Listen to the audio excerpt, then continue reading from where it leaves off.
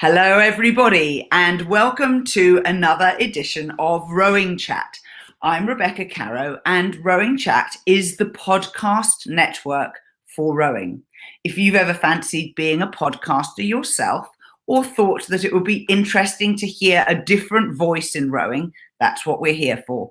We've launched up to 8 podcasts. 5 are now independently running on their own off of the network, and this is the anchor podcast in the whole network.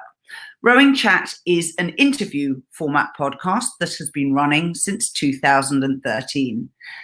I host it, and I have a very diverse range of guests who come and tell me about their interest in the sport and their particular corner of the rowing world.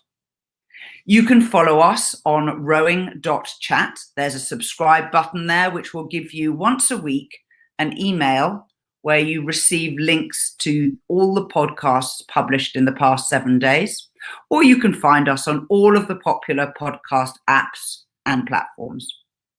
So if you think of somebody who might be a good interviewee for me, just send me a message through the website. Now, our sponsors are the Rowing Directory. Ever wondered where you can find the best possible rowing gift, or whether there's a local agent for a popular rowing product in your country or region? This is where you go.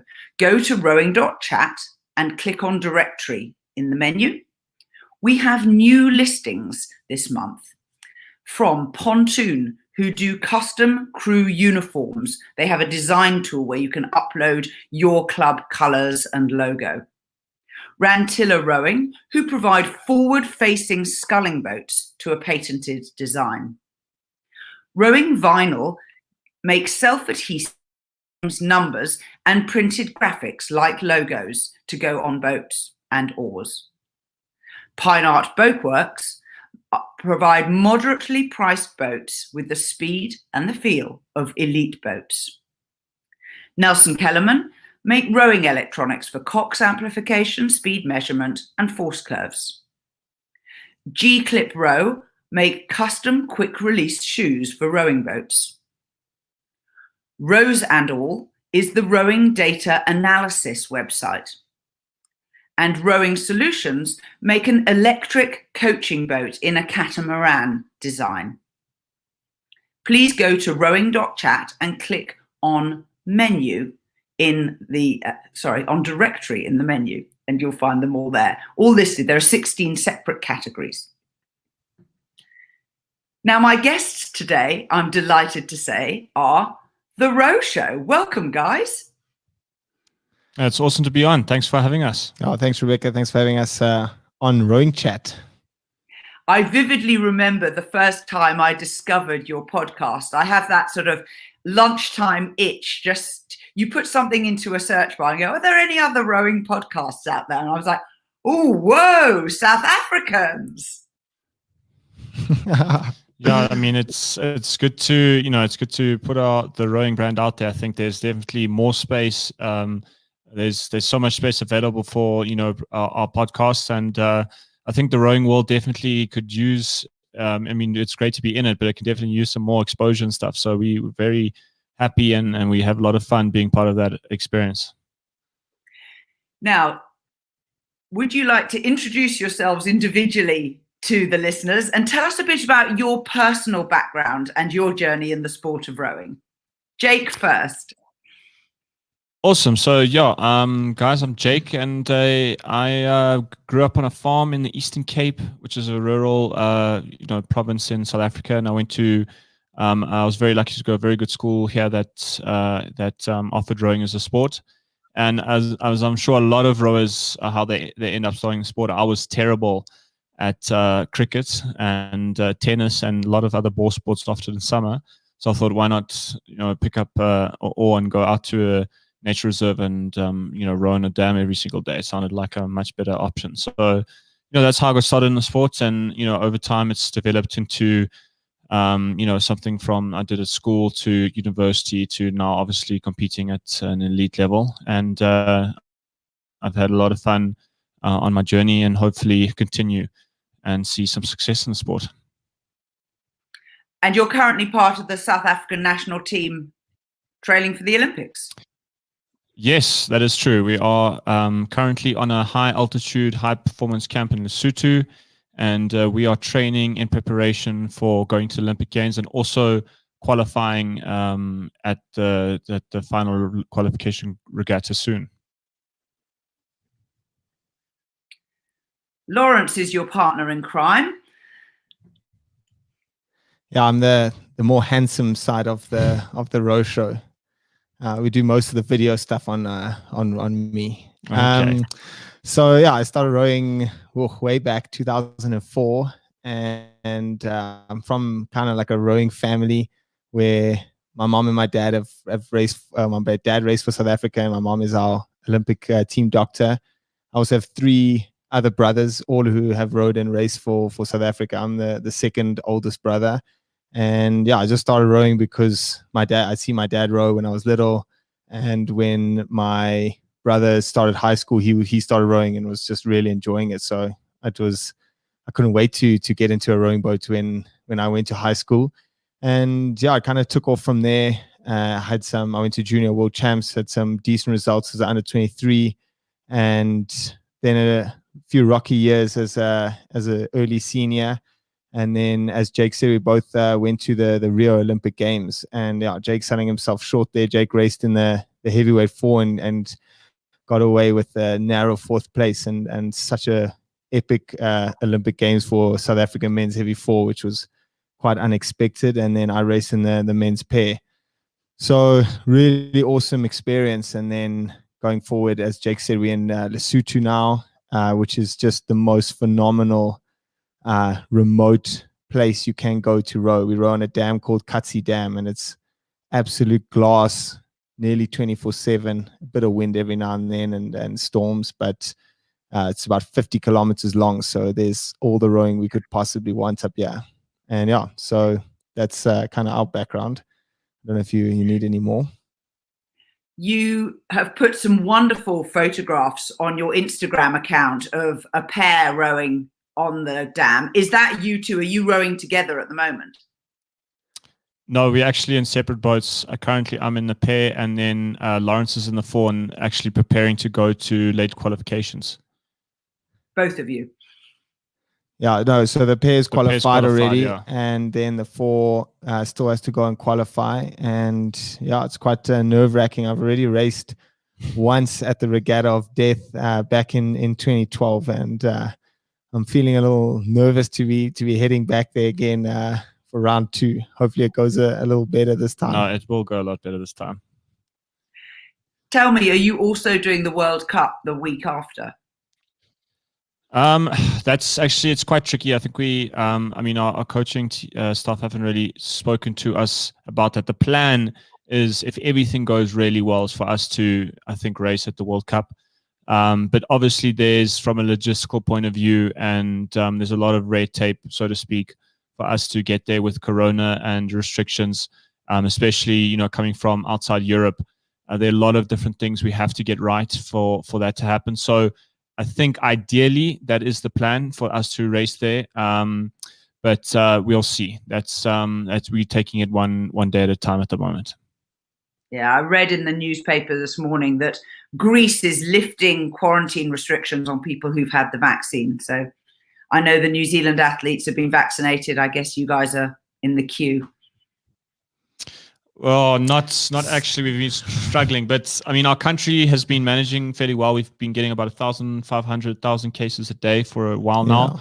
So I think we've actually we've been doing all right. I think Switzerland, is struggling a little bit more. So I think that's where the tricky part's going to come in. Yeah, I think South Africa struggled a lot to get the vaccines and get them distributed. They're still on healthcare workers and elderly. So I think we're a bit far down the queue to be getting that. But in all, South Africa's kind of handled it fairly reasonably. We haven't had that many cases, and we haven't had very many cases in our team, which has been really good. That's been the last. And then it's mainly about going over to Switzerland. Can we stay healthy over the flight? And then there's a lot of it's possibly one of the most well represented regattas of the year before Tokyo late qualification, because a lot of countries like South Africa and New Zealand, Australia, they're only going to be sending boats to that regatta. The rest of the regattas they won't be attending. So it's going to be nerve-wracking. It is. It certainly is. And I've read that the Turkish team got sent home from the European champs because someone tested positive. Yeah, and it'll be a bit more serious if teams get sent home from late qualification than European champs. Yeah, that'll be a disaster. I think we just need a benevolent, multi-gazillionaire with a private jet.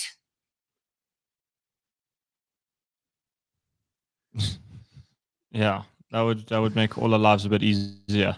I was hoping the IOC was going to or FISA was going to get all the athletes vaccinated privately. That would have worked quite well for us. Yeah, all those can't be that many athletes compared to.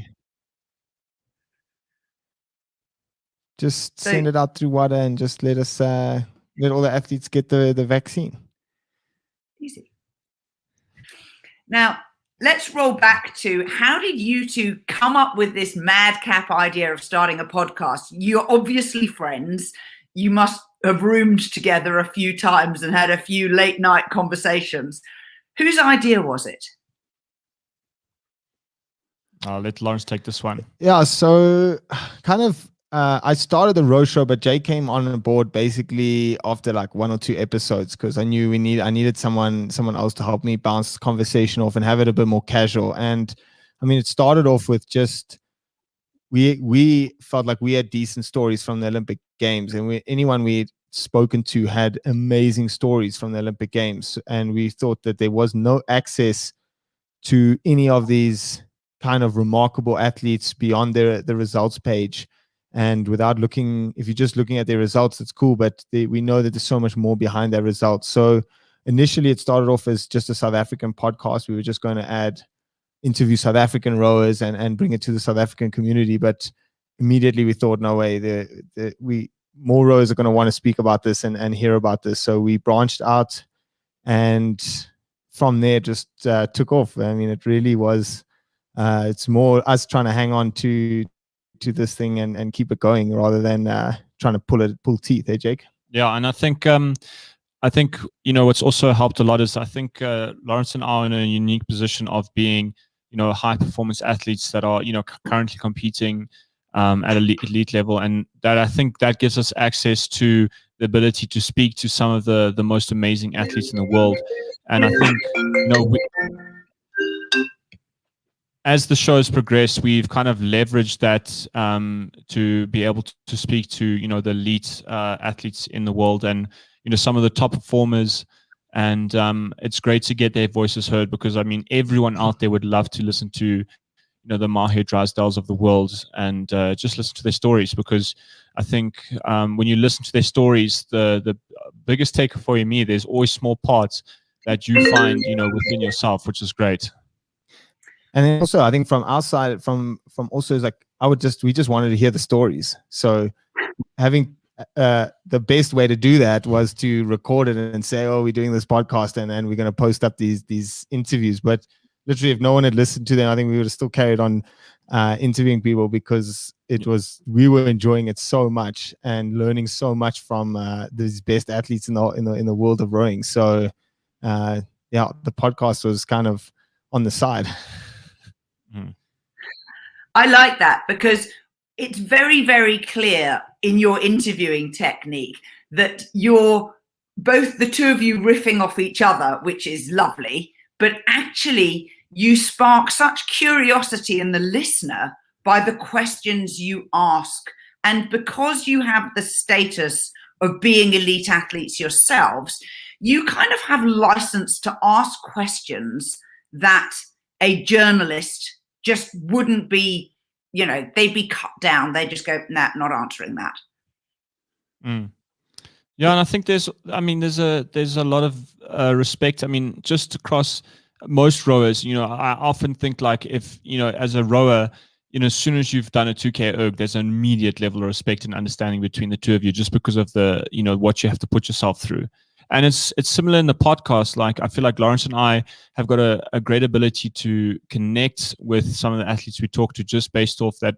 I mean, the people we're talking to are phenomenal athletes. Like, I mean, most of the time, if we could ever get to their legacy, that would be amazing. But there is a connection of respect and understanding of kind of what we all go through on this journey of trying to achieve the gold medals in the sport. And I think that does actually help a lot. And I think we give a place for people to go deeper into their story, and to, it's not a short, any interview that I've done for media, generally it's like 10 minutes max, and it's the generic questions, and you kind of have your stock standard answers ready to go, and you're just trying to get out of there. So you're batting these things out word for word for how you've answered them before in the past.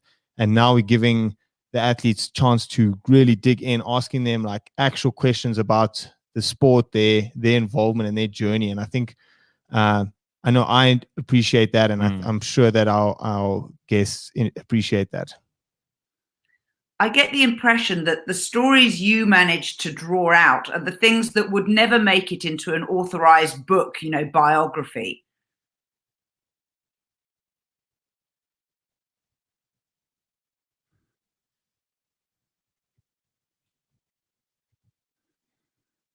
Yeah, I know. I think, I guess the podcast format lends itself towards that, especially like Lawrence said earlier, we don't put a time restriction. We don't put a time restriction on many of our interviews. And I think that just allows, the scope of what you can get into. It like really allows, athletes out there to go into certain things that probably don't lend themselves well to normal interviews or other forms of media. And I think that, that helps a lot. Now, you mentioned Mahi Drysdale as one of your more famous interviewees, and I will say I've also, and he consistently comes up very, very high in our podcast stats of people listening to old episodes, and certainly alongside, I think, Drew Ginn and Alan Campbell and Mahi. The three of them are just my trio, my top three. So who are the greatest hits that the Row Sho has interviewed?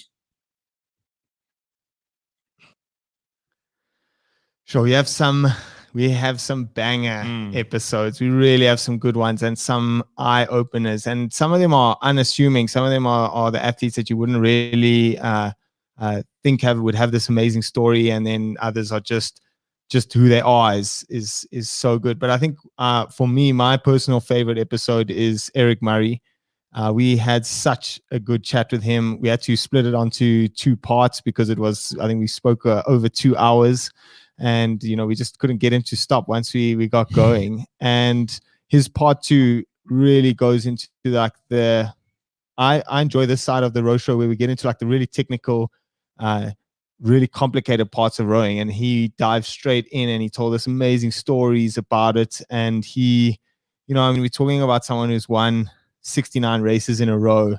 I've raced him multiple times, and we can just spark up a conversation so easily and so carefree that we can just really get into this rowing. And it's like, it just sounds, for me, it's like just mates having a chat about rowing races and competition. And there's lots of banter, some good jokes, and then there's also some incredibly wise words from him for all levels of rowers. If you're a beginner and you're starting off rowing at school, you can listen to him and he's going to inspire you to go and pull a bit harder or, train a little bit better. And yeah, I mean, he was just so phenomenal. And I think for me, that's was our best episode. And yeah, it's a big hit for our listeners. I think it's our top episodes.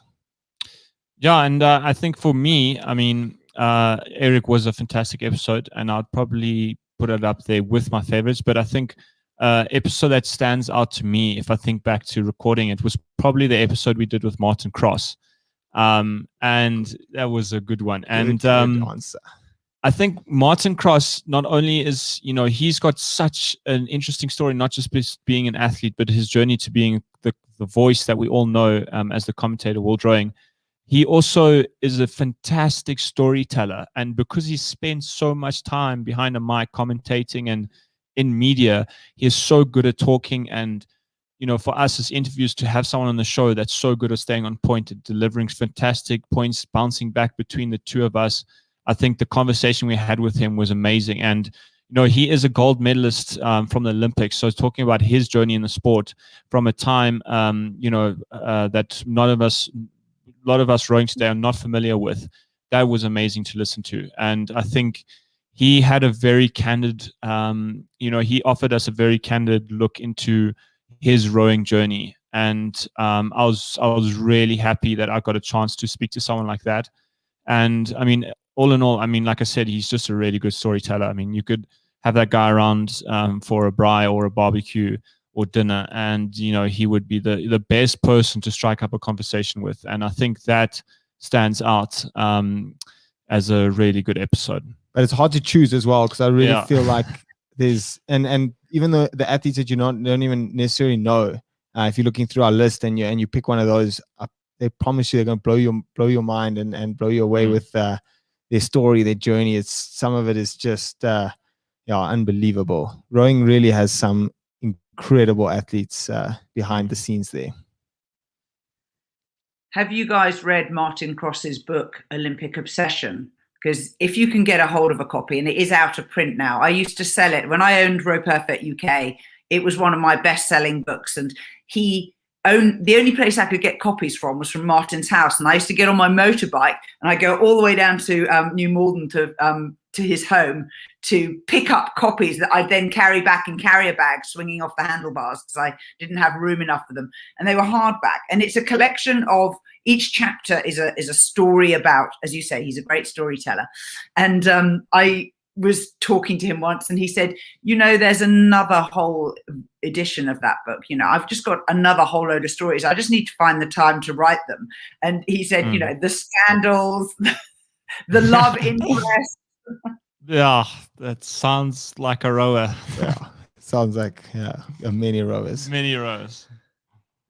No, we haven't read his book, but I would love to get a hold of a copy. I think there's actually, unfortunately, there is a relatively short list of rowing books you can get hold of, and I think probably one of my favorites is Assault on Lake Casitas, and that was a fantastic one. And I would love to get a hold of Martin Cross's book.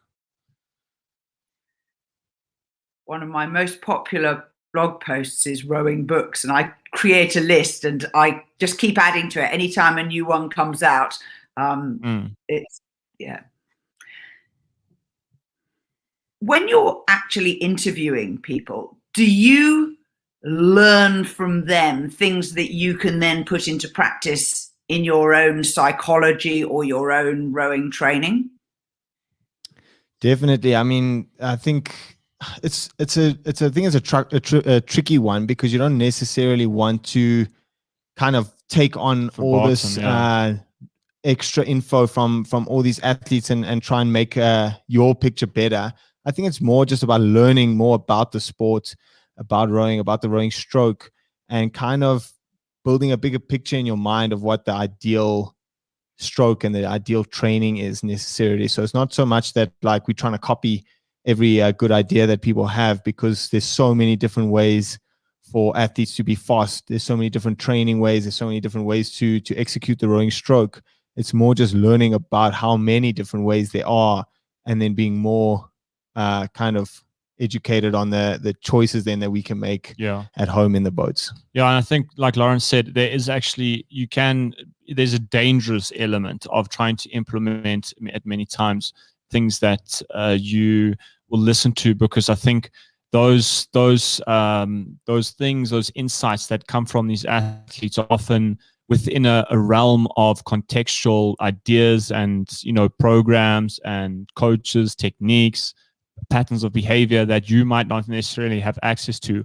So if you try implement all of that, it might not come out really well. But I think the psychological element of a lot of the things that a lot of the athletes, whenever they get into psychological stuff, that's probably the gold for me. I have taken a lot from many athletes about just talking about that psychology of rowing, the psychology of training. And like Lawrence said, there are many different ways to skin the cat. And it's just about, finding your rhythm and finding your way in the sport. Give us an example of one of those psychology insights, Jake. Yeah, so I think to bring back Eric Murray's Eric Murray's episode, sorry, I think he spoke a lot. So for him, if you look at his career, he spent 2 Olympiads in the sport, rowing in crews to varying degrees of success. But he didn't win an Olympic medal until that 2012 race with the Kiwi pair. And I think a lot of people sometimes forget when they look at Eric and Hamish, especially Eric, is that they don't understand that how much time Eric put in to get there.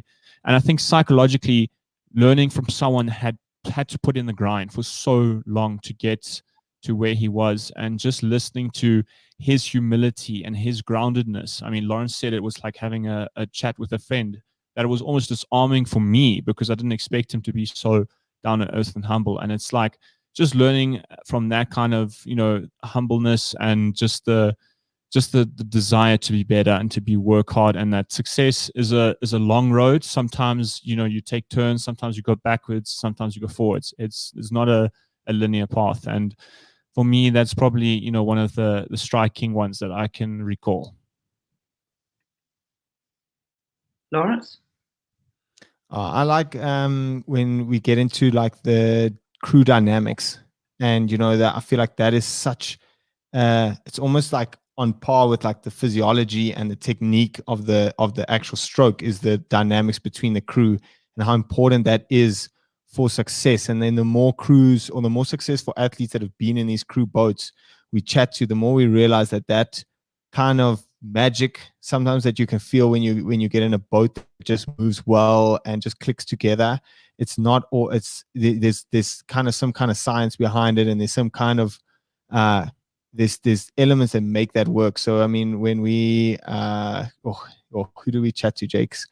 That was so good. Like Kjetil, Borch and Olaf spoke about the double and jumping in between the double and how they got the dynamics really, really well there.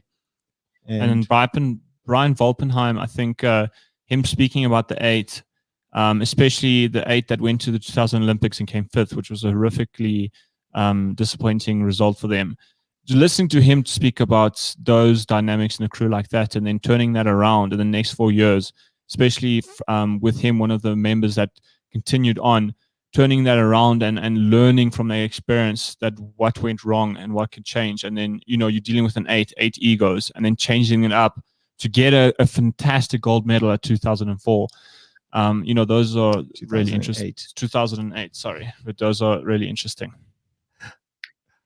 Absolutely understand. And in fact, there's one of the nice things about rowing is you often hear a famous story like that from a couple of different perspectives. One of his 2000 crewmates wrote the story about how he retired so disappointed. And of course, Brian took the opposite view. There's another very famous one for the 1984 Los Angeles Olympics. There's The Shell Game and Assault on Lake Casitas. Both of those books tell the same story of the same hideous selection camp where, oh my gosh, they were up, down, and sideways. Yeah, I think Lake on Assault Casitas is a really good story. I mean, if those listeners out there, it's about the American double that went on to win gold in on Lake Casitas in 1984. And they weren't the I think they weren't the crew that was originally selected, but then went on to beat the selected crew at a later date to then go on to the Olympics to win gold. So I mean that book is an incredibly cool insight, and just a good story of kind of like the small guy winning at the end of the day. So very good.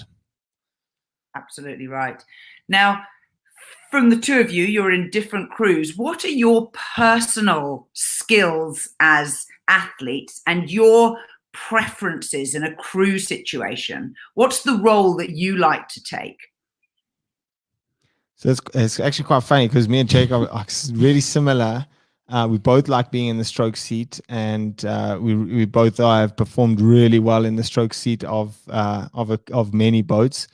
But we also really like being in the bow seat and like taking charge of the calls and being the leader in the boat. And so we actually are very flexible, and we have raced together. We raced 17 in the fours together and 2018 in the pair together. So yeah, we've got some good skills around the boat. And I mean, we mainly row pairs and fours.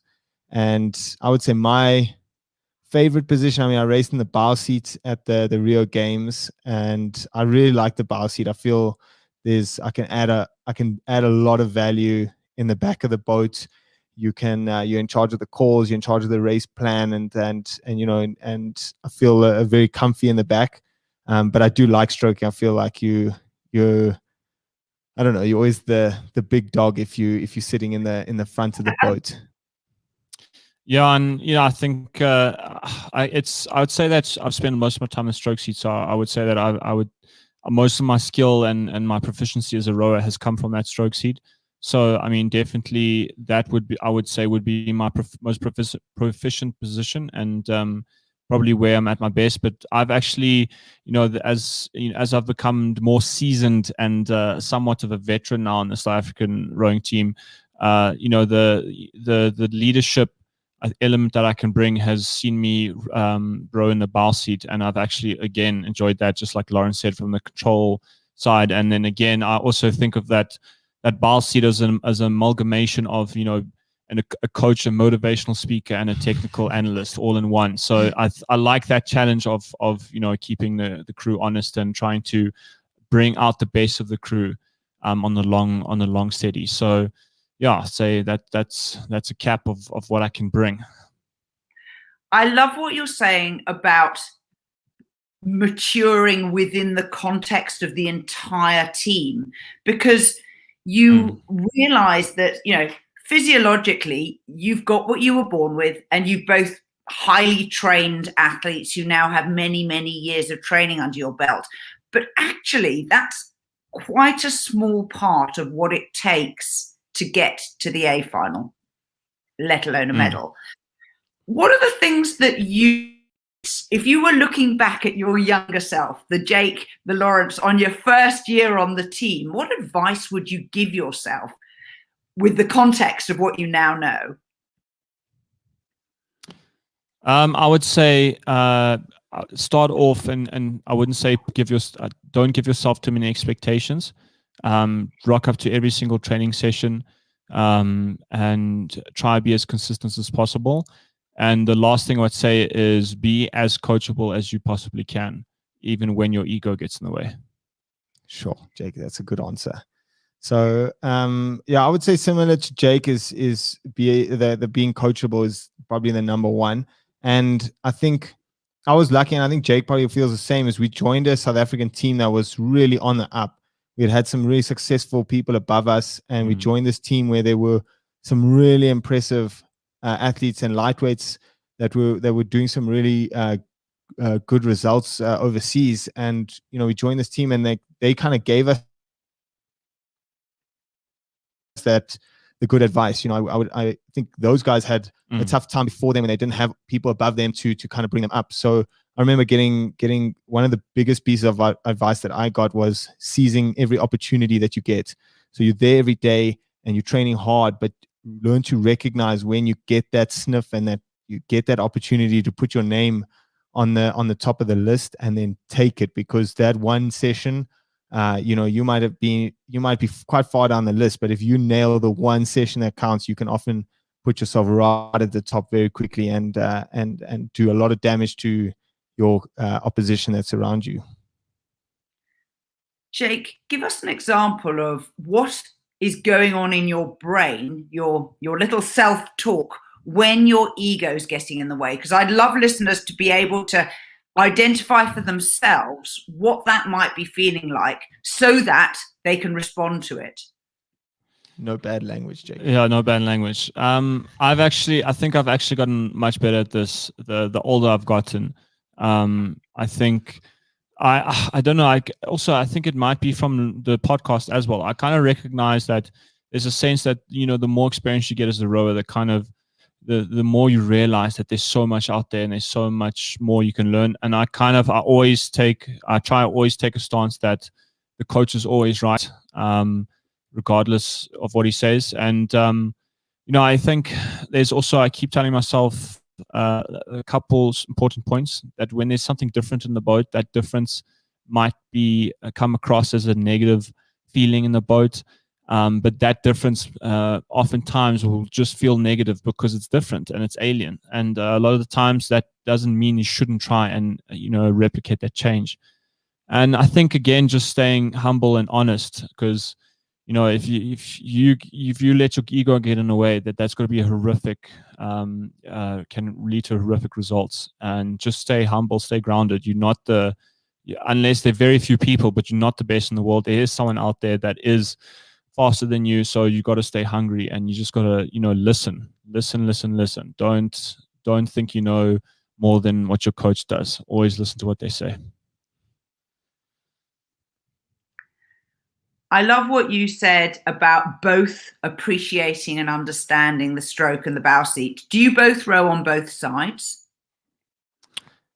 Yeah, Lawrence does. I'm a specialist on stroke side. Jake is specialist on stroke side, and then I started rowing on stroke side, then I switched to row Sho in the Rio Olympiad onto bow side, and I've switched back onto stroke side, and it's just kind of I switched and gone wherever I needed to go. I just as Jake said, you just listen to the coach, and a good athlete is an athlete that listens well. That's so true. Now, one of the things that you mentioned was the amount of influence you can bring to a racing performance or a training performance by being the person who gives the calls. And one of my interviews was with an athlete who, in the Olympic Games, ended up in a 4 with the man who had been his high school rowing coach. And he said, we'd had a very good heat and we were going into the final. And before the final, we decided with our coach that I would do the calls from the 2 seat. And the basic rule was, get off the start, get into the second 500. We know what we're doing. My instruction was, as we're approaching the halfway, look around and tell us where we are relative to the other crews. And, as a rower, even at my level, I was like, yeah, that sounds fairly familiar. That seems like, a normal piece of advice. The athlete was Drew Ginn. And he said, there I am sitting in the boat behind my rowing coach at the Olympic Games, rowing in the final, in the awesome foursome. I can't believe it. This is not dream A or B. This is unbelievable.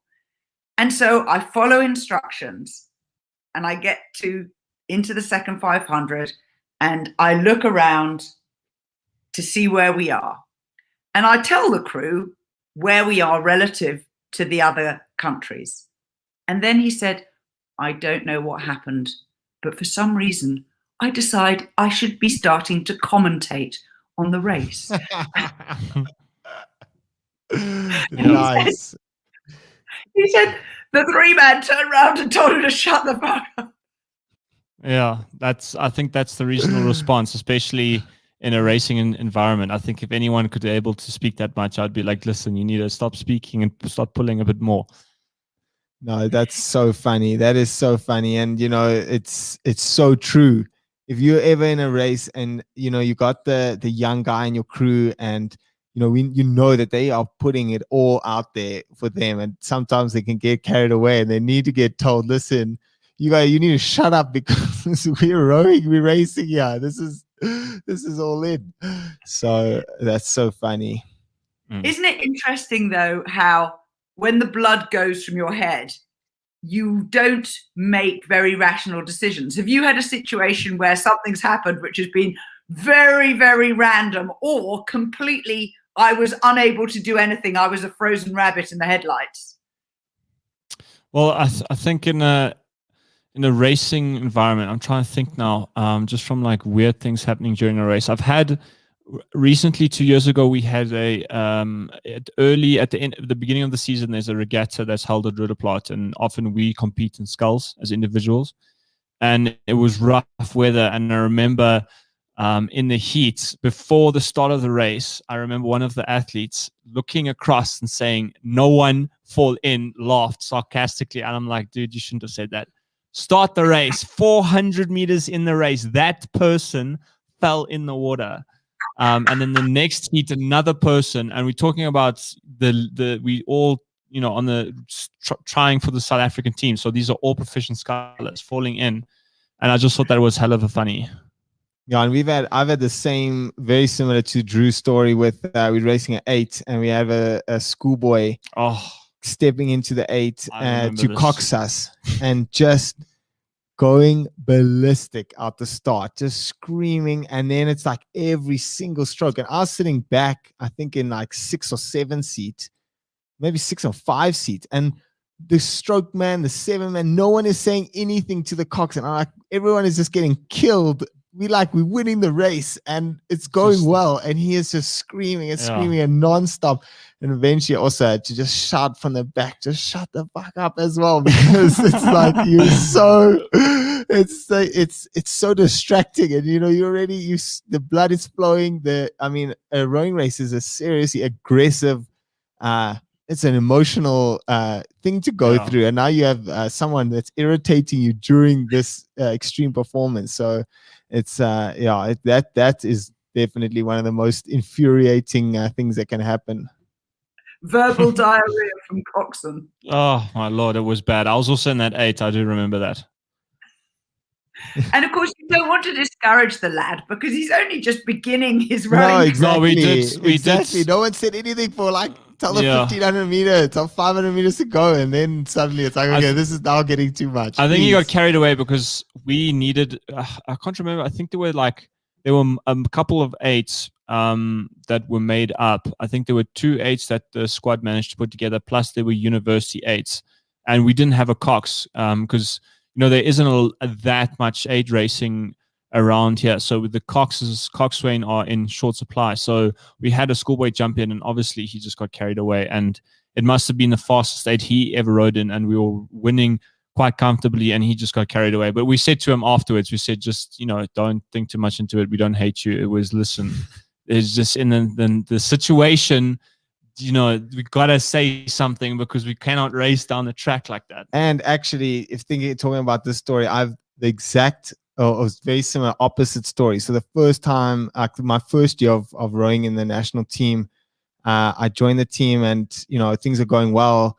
I've been rowing quite a lot, but I've always sat in the stroke seat. And then actually, I think it was in my second year. So I've done a decent year of my first year under 23s.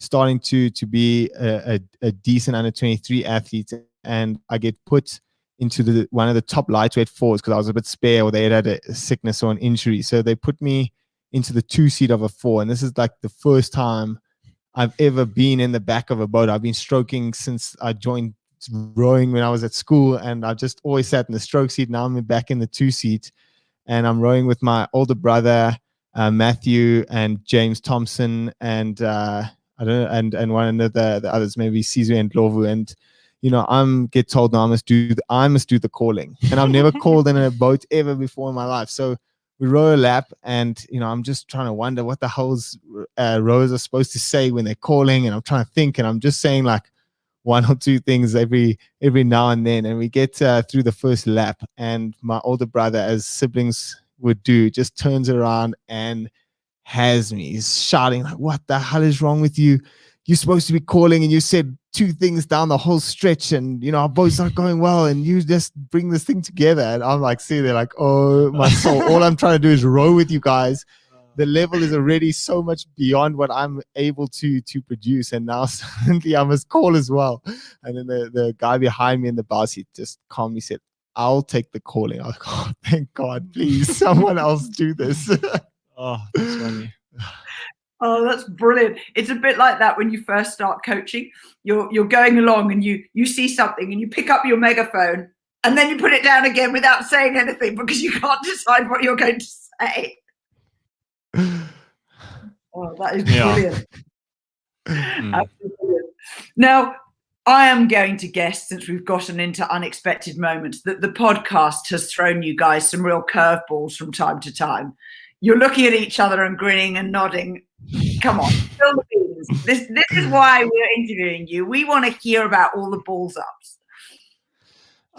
Yeah, I've met a couple, so I'm in charge of organizing the interviews. And let me just tell you, being South African and organizing interviews with people from around the world, this can get tricky.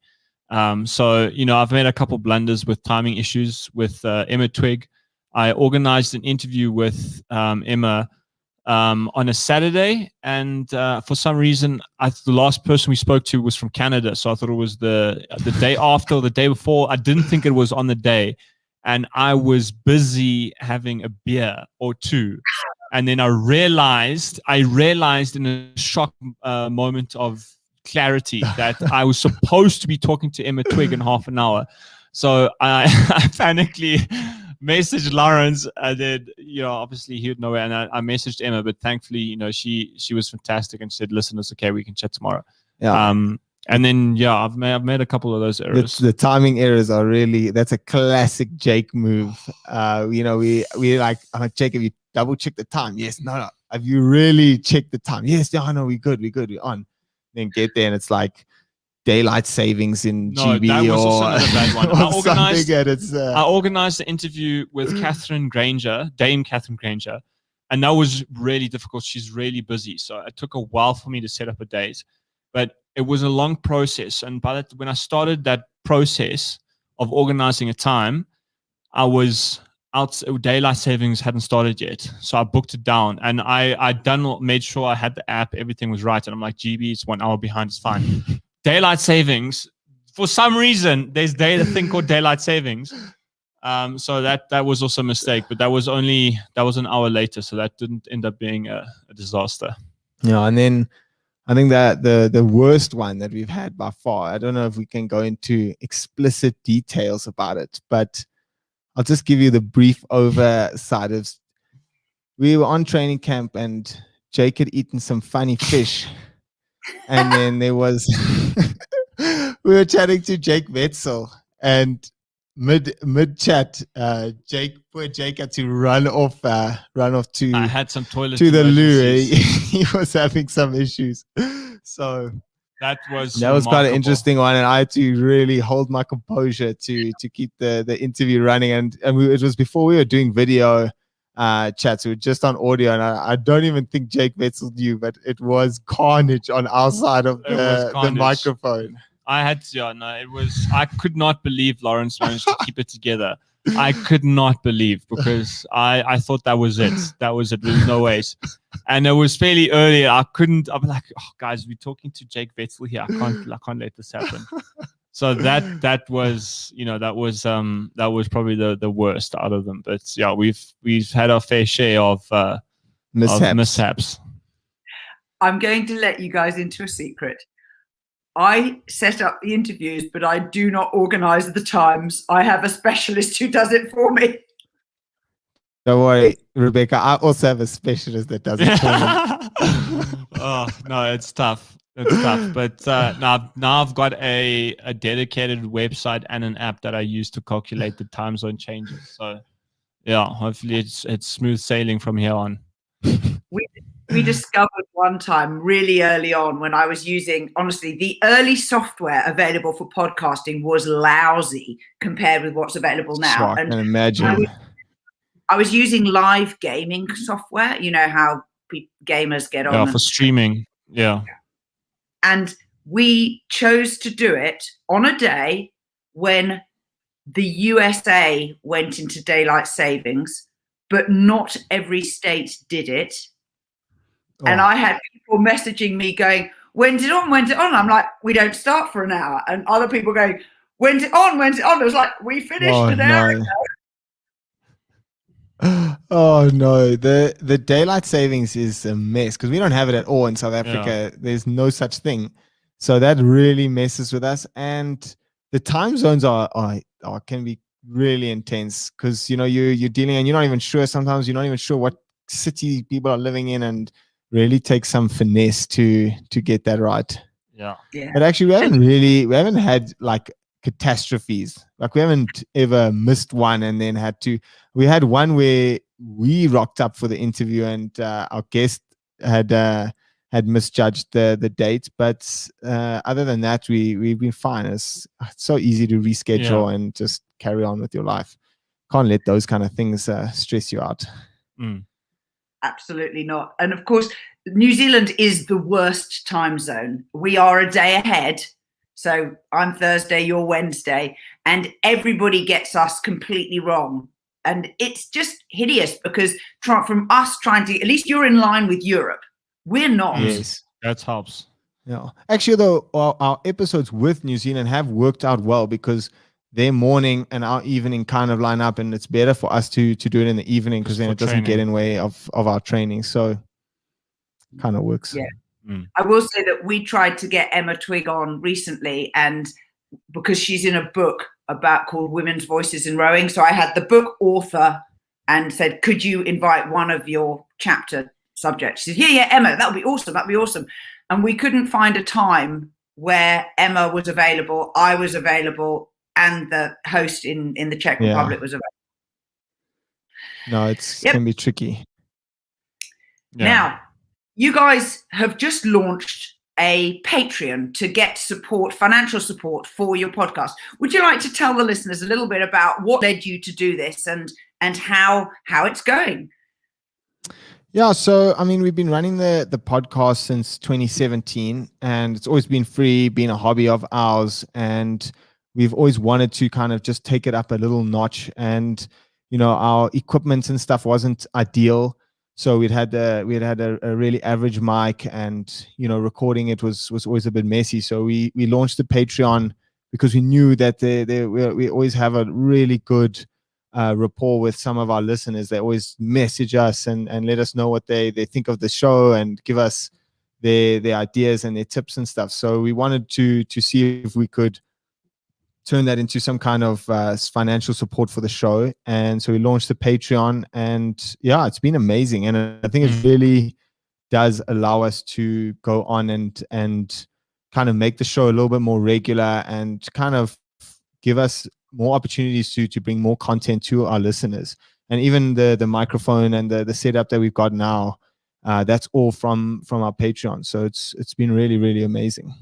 Yeah, and I think like Lawrence said, it does help. It provides a deeper engagement for the listeners, and then also, I mean, going forward, it allows us to grow the show.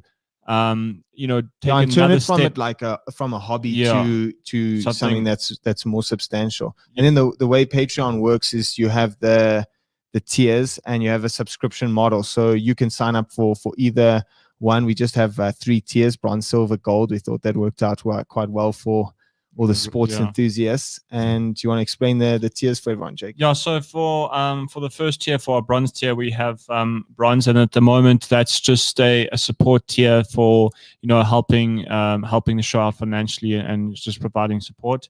The second tier is silver. That's our $6 tier, and that's has supporting the show, early access to athlete interviews. And also you get to be part of the Patreon discussion group that we have on WhatsApp, and we just talk about the episodes, rowing, what's happening on our lives. Yeah, I must say the WhatsApp group is huge for us. Yeah. So like all of our silver members and gold members go onto this big WhatsApp group, and we have such awesome discussions. And that's where we like chat about upcoming guests we're going to have on the show, as well as like previous shows we've had, and can really interact with our listeners. And it really is amazing. I think we get such good content. I think they get kind of really good access to what we do on the show, and that can influence us quite a lot. And then for the $12, the gold subscription, we have some really awesome benefits. So currently we've had some live listeners, so they can join us and listen live to us. We're recording a show for them, and then they get we do like bonus episodes with them. We're going to do some great debates and stuff with them coming up in the future. So it's really cool. And I think depending on how enthusiastic you are about the Row Sho, you can there's really is something for everyone. And then we also do Regatta Madness, where we kind of go over our previous episode, our previous regatta, or a regatta that's just run over the weekend. And then we do like statistics, and we break down all the times and the percentages of that regatta, and we kind of share that to all our patrons as well, and kind of bring them into that discussion about the weekend's racing. So it's really cool, and we've had great support and great feedback from our Patreon account. Yeah, and I think we will. That's the memberships and the bonuses. I think that will grow in the future.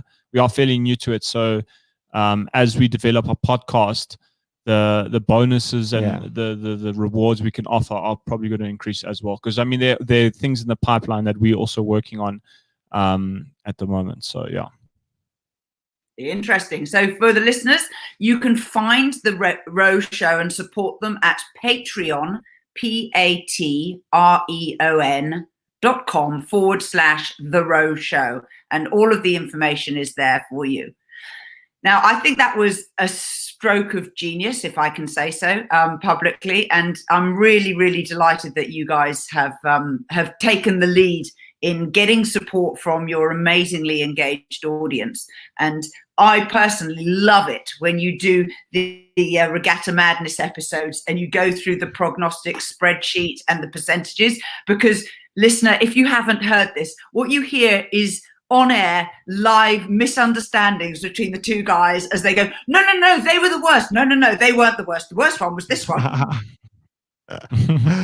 We also talk about some good performances. Yeah, as well. We don't roast the people that just raced. If that's people think that's what happens. Yeah, but only people that have to race us. Yeah, sure. So who wrote the spreadsheet? That's Lawrence. He's the numbers guy. So in the boat, Lawrence, talk to us about numbers when you're actually rowing. Are you the guy who's infinitesimally adjusting the pitch and the speed and the force curves on the strain gauges of the gate? What are the numbers that you love in the boat? I hope he doesn't do any of that. No, so actually in our South African team, the boat is the coach's. Yeah. Roger, it's his boat, and we dare not touch it, let alone fiddle with some of the settings. So we're definitely not on that side of things. What I really like is looking at the percentages and looking at the kind of gaps between different crews and different races, and seeing which boat classes are performing the best, and even analyzing. Like, so say now if I'm going to go race in the 4, I like to go and look at past times and go and jot them all down, and because World Rowing gives you some really great statistics on past races, so you can go and look at cruise profiles and things like that. So I like that kind of numbers. When I'm actually in the boat, I am not really worried about the numbers at all. I don't, in the bow seat of the 4, I don't have a stroke coach or anything, and I don't count strokes. I just pure feeling in the boat. Mm-hmm. I had you completely wrong. I had you pegged for the Mr. Numbers guy in the boat. Yeah, I mean, in the stroke seat, I'll watch the numbers again. But even then, I've had times where I've taped up the speed on the stroke coach, because it can be, I can like almost I get like, if the number's there, I'm going to obsess about it. I'm going to analyze it all the time and always trying to pull it faster and get faster. Whereas that's not necessarily always the goal. So sometimes tape that up or turn it off, because rowing is much more. Good rowing is a feeling, is not necessarily a number. Jake, I'm sure you've got a theory about why different boat classes appear to be performing closer to Olympic gold medal times than others. What is it? So I think just to start off, I think honestly that some events have faster records in relation to some other events, so that would mean that crews don't get as close to those times. And I think there are situations, especially with lightweight rowing, because you have that physical leveler of the weight. I think that pushes the times that most crews row closer to each other. And I think just lightweight rowing, I think there's something about the physiology that allows them to maybe be able to perform closer to that target than maybe a lot of the other heavyweight rowers. I know the lightweight double, they often row very close to their world record time compared to some other events. And yeah, I'd say that's about as much as I could say about the subject. Yeah, I think for me and Jake, the lightweight women's double that's one of our favorite events by far to watch. I mean, the competition is ruthless. You also only have one lightweight event, so guys and girls, one lightweight double. So that means that everyone that weighs around the 70 kilo and the 59 kilo mark is all piling into this one event. So the level of athletes, there's way more athletes that you're having to compete against, and they ride on that weight cap limit and physical limit. So they're always batting out close to the world best, and it's always exciting because anyone can arrive on their best day and take it from somebody else. Whereas the heavyweights, I mean, there are really good races and there's fantastic events, but often it's dominated by a certain crew or country. Yeah, I totally hear what you're saying. And it is always interesting. I was listening to Martin Cross's commentary at the Europeans, as you probably were as well, over the weekend.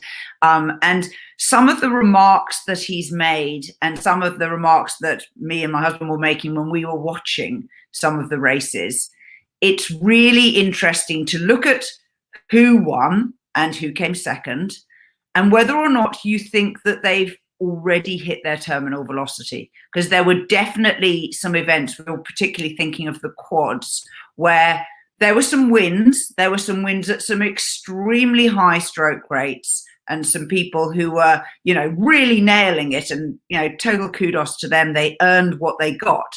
But you look at that crew and think, now, if I'm coaching that crew, how can I make it go faster between now and Tokyo? And through the season, I'm sure you see things develop that you think, I wonder.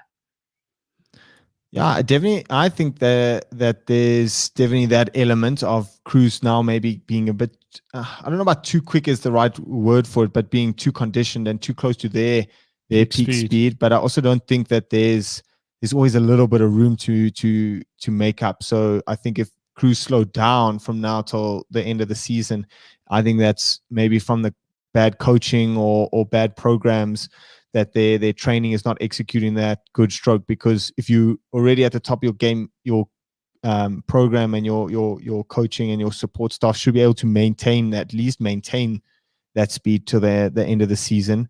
And then I also think in general, crews can always go a little bit faster because you can always get better athletes into the boats. You can always get a bigger, stronger person, someone that can row and feel the boat a little bit better. So I feel like we might get to a point where the world records are really become really hard to break, like a men's 4 or men's pair. Those records are going to take a long time for someone to come and beat them.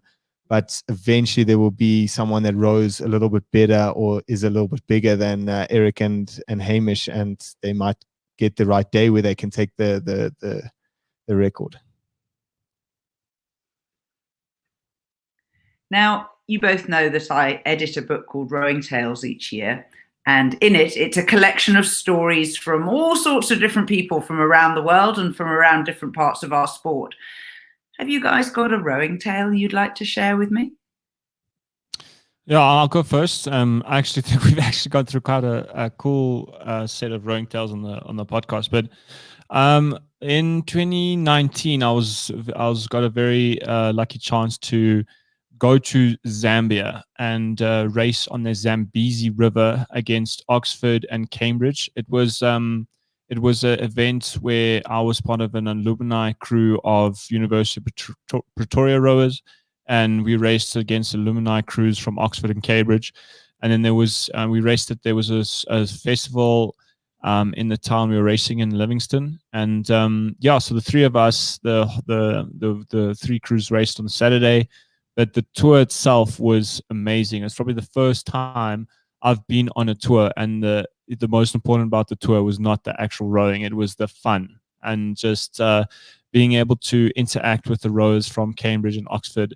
And even in the South African boat, I got a chance to row with a lot of guys that, I haven't spent time recently with. And it was so much fun. And, it was quite funny. We get over there And we've from South Africa, we haven't trained in Zambia, which is in the middle on the equator, so it's hot out there. And but we experienced the African sun. So we were diligent enough to wake up early with hangovers and go in and bat out a session in the morning. Keep it short. You don't want to. A lot of guys out there weren't as conditioned as they once was, so kept it short, got our business done. 1 or 2 bursts, got off the water, and I noticed that the guys from Oxford and Cambridge, they went out and practiced maybe a little bit too much. I remember seeing them go out in the blazing sun at midday on the Zambezi racing. Yeah, and then by the end of the week, there was many people from both boats that went down with fevers and sickness, and mosquitoes had them badly. It was carnage out there, and thankfully, I think one of the worst we had with one of our rows is one of the guys vomited, and I think that was the worst of it. And I'm sure that wasn't from the heat. It wasn't from the heat. Maybe some bad beer. But tell them about the hippos and the. Yeah, I'm going to get to that. Yeah, so the Zambezi was crazy. We're rowing out there, and literally, when we're training, we have a boat with us with guides and personnel that are used to dealing with the wildlife there, because they were elephants next to the boat at points. There were hippos in the water. There were crocodiles in the water. So rowing, and then the guys like, listen, you guys need to go this way because there's the hippos and stuff over there. And that was incredible. Just stopping and looking at elephants from the rowing boat was an amazing experience. But yeah, I mean, the trip overall was so much fun. And again, the opportunity to interact with rows from Cambridge and Oxford in a situation, I mean, in like an environment like that, where, your guard's down and you're having fun. And it was great to realize that, most people there, you've got more in common with each other than you do than differences. And that was lots of fun. I really hope I get a chance to do that again. But you, Jake, you're missing the most important part. What are the results? Oh, yes, the results. So we raced a 500-meter sprint and we raced a 1K, and we did win both of those. And the 500-meter sprint, there were floating pontoons in the water, and our pontoon had drifted backwards, so we started half a length down, but we won all of them. And actually, I got to say this, we got a cox to come in, and she hadn't coxed in ages, and I was in the stroke seat, so I was helping her out a lot. But I felt terrible because she was so nervous. She was shaking compulsively in the cox seat because we started the 500-meter sprint. There was no buoys. The steering's Anarchy. They're wild animals on the side, going in and out of the Cambridge Oxford cruise. I mean, people are shouting. James Thompson's from the bow seat shouting, "Hard bow, hard to bow."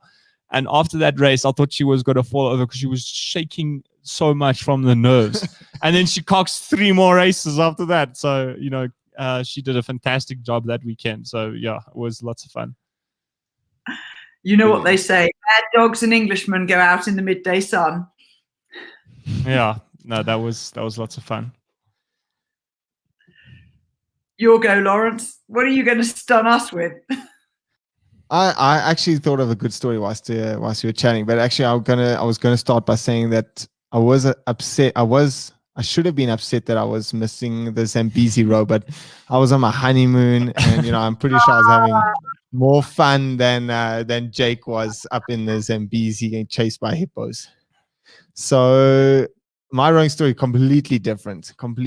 So we have this race in South Africa. It's called the Grand Challenge, and it's the most prestigious race on the South African rowing calendar. It's a Cox's Forge race down the Buffalo River in a terrible city called East London, down in the Eastern Cape of South Africa. So it's a huge race. The trophy is a solid silver trophy that's probably enormous. It's probably like what, 1.5 meters, 1.2 meters high. Massive. There's a story about that. The original trophy burned down, that the clubhouse burned down and melted the trophies, and they were insured. But at that time, the silver price was like so cheap. So they managed to replace the trophy with a trophy that was like 10 times bigger. And I think the Grand Challenge is also the like second oldest a sporting event in South Africa, or it's definitely in the top few.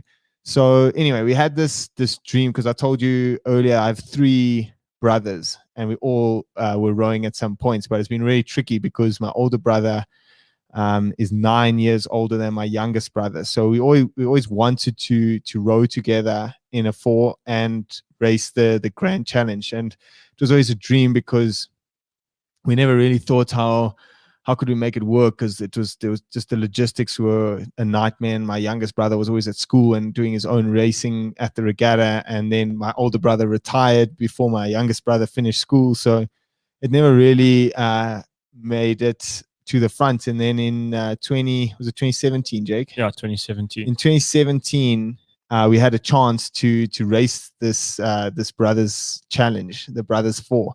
So finally we got all 3 of my brothers, and my oldest brother was living in Singapore at that point, or London, I can't remember, but he got onto the ergo, and he trained a whole ton by himself, and he hadn't been in a rowing boat basically since the 2012 Olympic Games. And my youngest brother, we were all training in the team, and it was really, really awesome. So finally we get in the boat, and it was December. We all get like our own training in December, usually on the ergo, and we were all together. So we organized to row in the 4 together. And as you would imagine, 4 brothers in a boat, it was carnage. Our first week of rowing together was madness.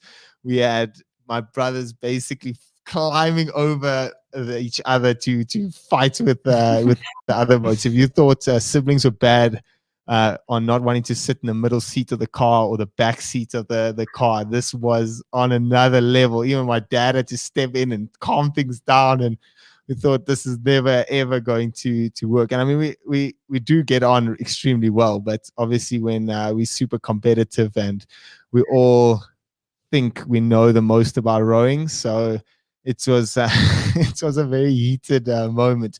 But actually our training went really well, and then we managed, my brother went back to England and carried on training on the ergo, and then we got a little bit of training before the regatta when he came down for it. And we were just so excited to race, and we really didn't expect to win, because we were up against Olympians from 2016 and we had all these big dogs racing, and we came down the track and we executed such a good row and managed to get all 4 Brittains onto the trophy, which was just phenomenal, and definitely one of my favorite races of all time, and like a huge tick in my bucket list. And I managed to beat Jake on that day, so it was sweeter for every moment. Yeah, but the better crew did win on the day. Don't be so humble, Jake. That is an awesome story. So I need to see photographs. We're going to have to talk offline, and there must be a video. Yeah, I think we have some video and some pictures of the day. So yeah. Guys, this has been a fantastic, slightly over the hour with you. Thank you so much, the Row Sho, Jake Milton Green, Lawrence Brittain. You guys really rock being the interviewees. Thanks. It was awesome to be on the show, and it was great to be on the other side of the microphone. Yeah, thanks so much. It was great to be on the show. And as we always say, is rowers love to talk about rowing. That's why it always goes over the set time. It certainly does. So this has been Rowing Chat with me, Rebecca Caro. Please subscribe. You know where to find us, rowing.chat or any of your favorite podcast apps. Till next time, goodbye.